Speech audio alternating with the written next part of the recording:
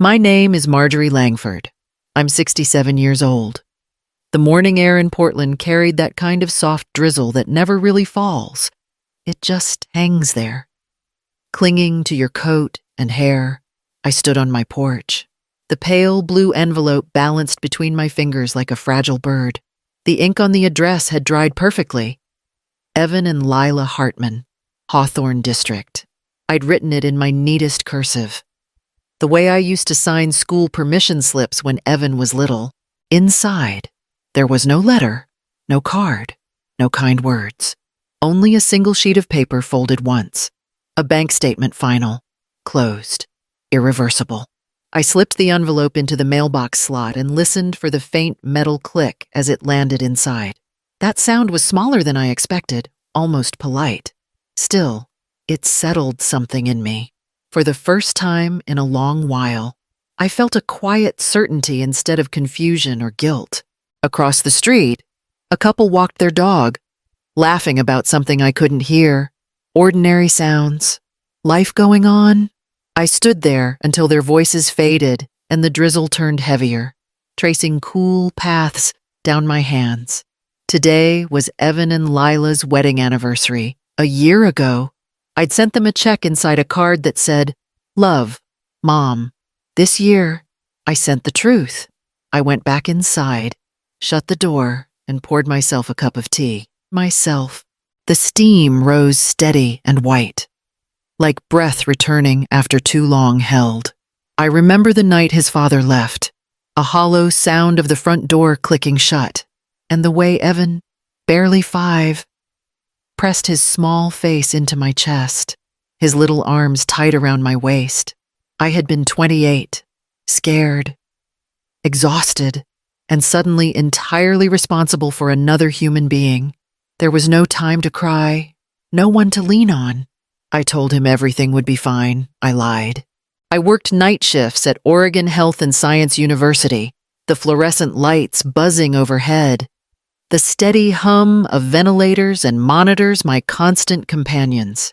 I came home in the early mornings, carrying the weight of paperwork and the ache of my feet, to a kitchen where Evan's homework waited, where breakfast had to be made before school, where the laundry never ended. I learned to eat cold meals in stolen moments, to skip vacations I couldn't afford, to fold my exhaustion into neat piles alongside his clothes. Every paycheck went somewhere. Rent, utilities, groceries, his little joys, whatever remained. I tucked into a retirement account I thought of as a quiet promise to myself. 30 years of double shifts, of overtime, of skipped coffee dates and canceled birthdays, all for a life that was ours, carefully balanced, ours to protect. I remember teaching him to save his allowance, to budget, to value what he had. I wanted him to be responsible, independent, strong. I never imagined that strength would one day be used to take from me, to erase the foundation I built for both of us. I also remember the small victories. The first time he rode his bike without training wheels. The night he got his first A on a science project. The quiet evenings we spent reading before bed. Those moments stitched themselves into my memory. A tapestry of care, love, and hope that I carried through every long night and every empty coffee cup. And yet, in the quiet of my kitchen this morning, as I held the pale blue envelope, I realized those decades of sacrifice, of unwavering attention, of teaching him how to live, had been quietly exploited. Every dollar, every hour, every small lesson had been taken for granted, and today, for the first time, I was reclaiming what was mine. The first time I noticed it, I thought it was a mistake. The statement had landed in the mailbox like every other month, crisp and folded neatly. But as I flipped through the numbers, a few small transfers caught my eye. They were labeled authorized, and for a moment I froze, thinking maybe the bank had made an error. I called the teller, a young woman with nervous energy, and she reassured me that everything matched the account authorizations on file. I believed her, or maybe I wanted to. That evening, I scrolled through Instagram, letting my thumb wander, a mindless habit after dinner. That's when I saw it. Lila, smiling widely. A diamond necklace catching the afternoon light, sparkling at the top of her chest. I recognized the style immediately. It was the same boutique Evan had mentioned once in passing, claiming he wanted to surprise her. My heart sank. I sat back in my chair, staring at the screen. Small transfers marked authorized. Then jewelry purchases. My quiet retirement, built over decades of night shifts, double shifts. Skipped vacations and careful savings had been quietly siphoned away. The betrayal wasn't dramatic. There were no angry messages, no confrontations, just numbers. Neat and indifferent, stripping away the life I had built for myself. I could feel the weight of it settle in my chest, heavy and dull, like the fog that rolls into Portland in November. The envelope I would later mail wasn't impulsive or spiteful. It had been months in the making. But that moment, staring at the sparkling necklace on my son's wife, I understood the depth of what I had been robbed of, not just money, but trust, recognition, and the quiet dignity of being seen by the person I raised. From that small, shining symbol, a quiet resolve began to take root. It wasn't about rage. It was about reclaiming what was mine. And I would do it carefully, deliberately, without a single word. I walked into the branch on Stark Street that afternoon, the Portland drizzle still clinging to my coat. The fluorescent lights hummed overhead, familiar and sterile. I approached the teller, a young woman with dark hair pulled back tightly, and explained that I had noticed some unusual withdrawals from my retirement account. Her expression shifted quickly from routine politeness to something softer and awkward, almost pitying tilt of the head. "I can check the authorizations for you, ma'am," she said, tapping at the keyboard. Her fingers hesitated over the keys, as if she already understood the weight behind my words. When she finally printed the account history, I stared down at the numbers. Each withdrawal a precise, impersonal record of betrayal, $18,300. Every penny accounted for, labeled authorized. I couldn't breathe for a moment. The ink on the paper seemed heavier than it should, each digit hammering against the quiet of the branch. My son's name, alongside the account I had worked decades to build, repeated across the page like a silent indictment.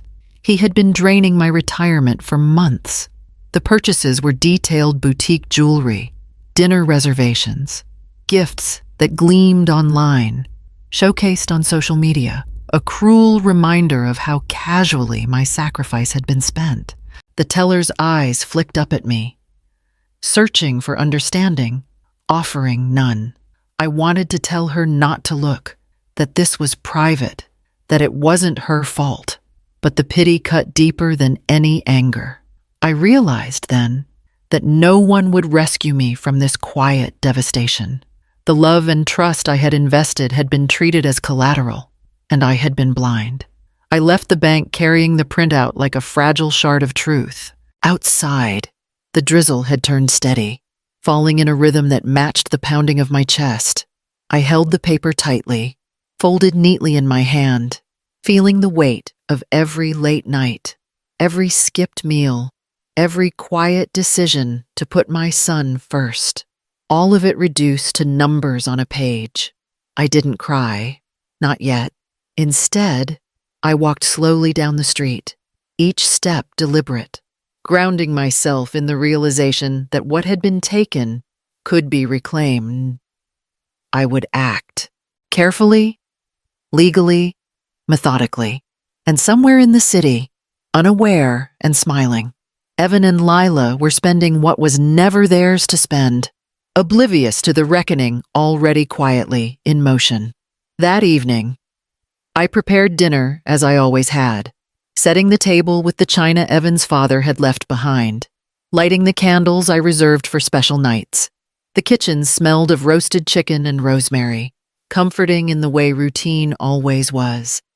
But tonight, the warmth felt hollow. Evan arrived first. Carrying a bottle of wine he insisted was from our favorite vineyard, followed by Lila, smiling too brightly, her new diamond catching the low light. We sat down, and I kept my hands folded in my lap, careful not to betray the storm quietly coiling inside me. I watched them eat, taking bites of the chicken, swirling the wine in their glasses, laughing at jokes that felt rehearsed. Finally, I cleared my throat, calm, steady. "I received a statement from the bank today." I began. Evan looked up, brows knitting. "It seems there have been some withdrawals from my retirement account." He leaned back and raised a hand in a placating gesture. "Marjorie, it's just a mix-up." "I didn't mean," he trailed off, voice hesitant, careful. As if the wrong word would shatter him, Lila remained silent. Her eyes flicked briefly to mine, then down at her plate. She didn't apologize, she didn't explain. She didn't look guilty at all, only uncomfortable, as though the room itself were an inconvenience. I nodded slowly, letting the quiet stretch between us. I didn't shout. I didn't accuse, I didn't plead. My restraint became a wall, and the truth sat behind it like a glass panel. Evan's excuses floated in the air, light and hollow, while Lila's silence spoke volumes. For a moment, I could feel my own heartbeat, steady, in contrast to their nervous shifting and murmurs. Every rationalization he offered, miscommunication, paperwork error, oversight clashed with the precise transactions I held in my mind. Every dollar traced, every month accounted for. I poured myself a glass of water, sipped slowly, and watched them scramble to fill the space my words had left.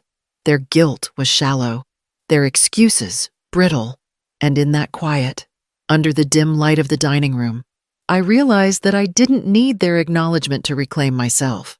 The reckoning would come, not in anger or shouting, but in the inevitability of truth and the actions I had already set in motion. The next morning, I made an appointment with Mrs. Sheila Kellerman, a retired attorney who volunteered a few hours a week at the community legal clinic. Her office smelled faintly of leather and old paper, the kind of place where rules were etched into every surface. I handed her the bank statement and explained everything calmly, without raising my voice, letting the facts stand on their own. She read the numbers, her thin fingers tapping the edges of the pages. "This wasn't an accident," she said finally. Her tone wasn't judgmental, just factual. "You have the right to close this account, revoke authorizations, and secure what remains. We can do it quietly, legally, and completely." I nodded, relief and tension coiling together in my chest. The steps were simple in theory: revoke his access, transfer remaining funds to a new account, request paperless statements, document everything. Yet even in that simplicity, I felt a surge of control I hadn't known in months. For the first time since noticing the withdrawals, I wasn't a victim. Later that day, I went to the bank, paper and instructions in hand. Each signature I placed on the forms felt deliberate, a tiny stitch in a mending seam I'd forgotten how to weave. Closing the account, revoking the authorizations, confirming the balances, each action restored a sliver of myself that had been quietly eroded over the years. When I finally stepped outside, the drizzle had cleared, leaving a crisp light over the Portland streets. My hands, once shaking with disbelief, felt steady. I breathed deeply, tasting the subtle clarity that comes after you reclaim a part of yourself you feared lost forever. That evening, I sat at my kitchen table with a cup of tea, the printout stacked neatly beside me. I traced the numbers with my fingers, imagining the envelope I would later prepare. For the first time in months, I felt my life stretching forward, not backward. I had faced the truth, acted on it, and begun to lay the groundwork for the peace that would follow. The grief was still there, But now it carried a quiet purpose, and for the first time, I felt I could trust myself again. Months passed, and the city's rain softened into the gentle drizzle of early spring. I settled into a quiet rhythm, teaching part-time at the Senior Wellness Center, and found unexpected solace in small routines. Across the street, Grace, my neighbor of 20 years, dropped by nearly every morning with a steaming mug of coffee and a warm smile. We talked about books, the slow bloom of Portland gardens, and the small victories of being seen in a world that often overlooked women like us. Evenings were quieter than they had been in decades. I spent them folding laundry, preparing meals for myself, and, occasionally, gazing at the retirement account statements that I had meticulously secured months ago. The numbers were mine now, untouchable. And in that certainty, I began to feel a slow, steady reclaiming of self. One Saturday morning, I cleared the small desk near the window and pulled out a cream-colored envelope, heavier than it seemed, containing the final bank statement. I slipped in a simple card, embossed in elegant gold script for our records. No flourish, no note of malice, just the truth laid bare in black and white. I sealed it carefully, sliding it into a manila folder marked Delivered, and scheduled it for the morning of Evan and Lila's anniversary. I felt no rush, no need to witness the fallout. The act itself carried weight enough. My heartbeat was calm, steady, a quiet drum of certainty. For the first time in months, I understood that reclaiming control didn't require anger or confrontation. It required patience, precision, and an unwavering trust in the power of truth. I set the folder aside, brewed a cup of chamomile tea, and watched the first warm sunlight touch the roof across the street. The gift waited silently, and so did I, steady, composed, ready for the moment when what had been taken for granted would finally be acknowledged. The brunch was sunny, the kind of bright, late morning light that bounced off the white tablecloth and made everything look cheerful, ordinary. Lila arranged flowers in a small vase, her laughter clear and practiced, while Evan fussed with the coffee pot, muttering about the perfect roast. Friends and family gathered around, chatting about work, vacations, and the usual banalities that fill these events. No one noticed the tension simmering just beneath the surface. The envelope sat in the center of the table, half hidden among wrapped gifts and a few scattered greeting cards.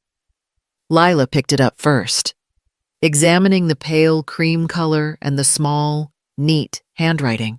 She smiled, expecting perhaps a traditional anniversary card. She didn't pause to think, didn't suspect the weight it carried. Evan leaned over to peek at the contents as she tore the flap. His eyes widened instantly. He passed the single sheet of paper to her without a word. It was neat, formal, unmistakable, the final statement of my retirement account. Emptied, closed, and documented in black and white. The numbers were cold and clear. The room quieted gradually, the laughter fading like a wind retreating over a hill. Lila's father, a retired banker, frowned as he scanned the statement. He leaned toward Evan, whispering sharply, "Did you authorize this?" Evan's face drained of color. He stammered, searching for words that weren't there. Lila turned pale, clutching the edges of the paper, her smile frozen mid-air. Whispers spread around the table, growing louder, carrying the shock from one person to the next. Friends glanced at each other, murmuring, eyes darting toward Evan as if waiting for him to explain himself. Evan's voice cracked as he tried, but the numbers spoke louder than any excuse. And still, I was not there. I sat across town in my kitchen, a cup of tea warming my hands, watching the rain streak down the window. I let the silence unfold, imagining the moment they would realize that my patience, my careful planning, had already delivered the truth without me ever stepping foot in that room. For the first time in months, I felt a quiet satisfaction, not from revenge, but from the inevitability of reality. The truth needed no witness. It could burn, and they would feel it, fully. Without me raising my voice, the envelope had done its work. The ledger of my life, my sacrifices, and my careful savings was finally seen. And in that acknowledgement, my own heart found a long overdue peace. Days passed, and the echoes of that brunch settled over Evan and Lila like a shadow they couldn't shake. His construction business, once thriving quietly, began to unravel. Clients pulled contracts. Old subcontractors filed complaints. And the whispered scrutiny of friends and family spread faster than any argument could.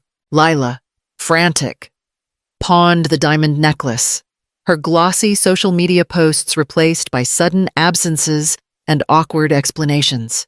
And then the message came. A short text from Evan. "I'm sorry, Mom."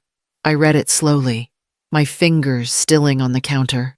No explanation, no pleading, no justification, just the single sentence that carried all the weight of what had been lost and what he had failed to see. I didn't respond. I set the phone down and let the quiet fill the kitchen. My life no longer needed their acknowledgement to feel complete.